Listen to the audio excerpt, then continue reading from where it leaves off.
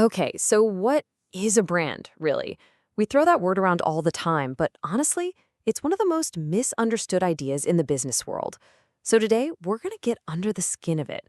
We're going to deconstruct it piece by piece and figure out what actually makes a great brand tick. Right, first things first, let's get the biggest myth out of the way right now. A brand is not a logo. A logo is just a mark, a symbol. It's a tiny, tiny piece of a much, much bigger puzzle. So if a brand isn't just a logo, then what is it? At its core, a brand is really a gut feeling. It's the total sum of everything a person thinks, feels, and experiences with a company. Think about Apple for a second. The brand isn't that little Apple icon, is it? No way. It's that feeling of sleek design, of innovation, of being part of something cool. It's an emotional thing. So to really get our heads around this, to see how all those pieces fit together, we're going to use a really helpful metaphor. We're going to think of a brand as a person. We're going to build one from the inside out using human anatomy as our guide. Every person starts with something deep inside, right? A soul. Well, for a brand, that soul is its purpose. This is its reason for being. It's not what it does, but why it does it. Why does this company even exist? That's the soul. I mean, just look at Patagonia. Their purpose isn't simply sell jackets. It's this powerful mission statement. This is their North Star. It dictates everything. The materials they use, their activism, their marketing. That is a brand with a soul. Okay, so the soul gives you the why, but you need a mind to figure out the how. For a brand, that's the strategy. This is the brain of the operation, the conscious, deliberate plan for how to bring that purpose to life in the real world. And a good strategy isn't just a happy accident. It's a process. You start with research. You got to know the playing field. Then you define your actual strategy, rocking in that purpose. From there, you can create the identity, the look and feel. Then you implement it everywhere, on everything. And finally, you have to monitor it and be ready to evolve. And you can see this strategic thinking create huge differences in the market. Just look at Starbucks and Dunkin'. They both sell coffee, right? But their strategies couldn't be more different. Starbucks is selling an experience, a third place between home and work. Dunkin' is all about speed, value, and no-fuss convenience. Same basic product, totally different brand minds. So once we have that soul and that mind, it's time to give our brand a body. This is its visual identity. This is how the brand's inner self, its purpose and strategy, becomes something we can actually see. And let's look at an absolute masterclass in this. The FedEx logo. At first glance, it's pretty straightforward, right?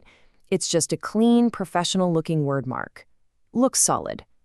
But its real genius? Well, it's hidden in plain sight. Take a really close look. I'll give you a second. Look between the letters. Can you spot the symbol that's embedded right there in the design? The one that says everything about the company? Did you see it?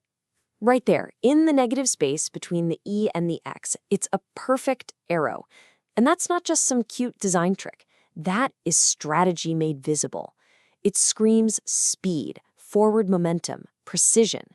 It's absolutely brilliant. And the brand's body isn't just about clever shapes, of course. Color plays a massive psychological role. You feel that jolt of energy from Coca-Cola's red. You feel the trust and stability in IBM's blue, or that sense of health and nature from Whole Foods' green. Every color choice is intentional and designed to make you feel something specific. So our brand has a body. It can be seen, but it also needs a voice so it can be heard. This is its personality, and it comes out through language. It's not just what the brand says, but how it says it. And the difference in voice can be huge. Just listen to Nike. Their voice is confident, inspiring, almost like a coach in your ear pushing you to be better. Then you've got a brand like Innocent Drinks. Their voice is funny, informal, and super friendly, like a witty text from a mate. Totally different personalities, but both are incredibly effective. And for Nike, is there any better example? 3 words. Just do it. It's so direct, so empowering, so confident. That is the voice of Nike boiled down to its absolute essence. All right. We have all the parts of our person: a soul, a mind, a body, and a voice. So what's the one thing that holds it all together? and makes them recognizable as one single being? Well, that's the brand's signature. And that signature is all about one thing: consistency. Think about it. If a brand looks one way, sounds another, and the actual product feels like something else entirely, it just falls apart. You can't trust it. So the visuals, the voice, the core message, and this is key, the actual customer experience, they all have to tell the exact same story, every single time. That's how you build trust. So there you have it, the full anatomy of a brand. It all starts with a soul, its purpose. It's guided by a mind, its strategy. It shows up in the world with a body and a voice.